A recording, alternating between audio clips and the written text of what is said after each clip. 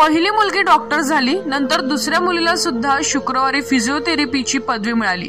याच्याच आनंदात वलगाव पोलीस स्टेशनला कार्यरत असलेले सहाय्यक पोलीस उपनिरीक्षक अब्दुल कलाम यांचा गगनात आनंद मावेनासा झाला होता। शुक्रवारी सायंकाळी पोलीस मित्रांना आनंदात पेढे वाटले।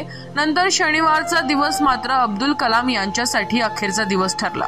पुन्हा पोलीस स्टेशन येथे इतर पोलीस कर्मचाऱ्यांना पेढे देण्यासाठी निघालेल्या एपीआय अब्दुल कलाम अब्दुल कादिर यांना त्यांच्याच जवळच्या नातेवाईकांनी हेरले। काही दिवसापूर्वी पैशाच्या कारणावरून भावासोबत दुसऱ्याचा वाद होता।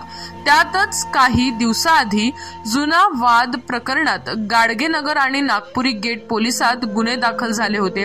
त्या प्रकरणात भावाकडून कलाम यांनी मध्यस्थी केल्याने सूड घेण्याचा कट रचला आणि शेवटी शनिवारच्या दुपारी अब्दुल कलाम यांच्याच दुचाकीला कारने जोरदार धडक दिली। एवढ्यावरच मारेकरी थांबले नाही तर वाहनातून उतरून निर्दयीपणाने चाकूने सपासप वार करून संपविले।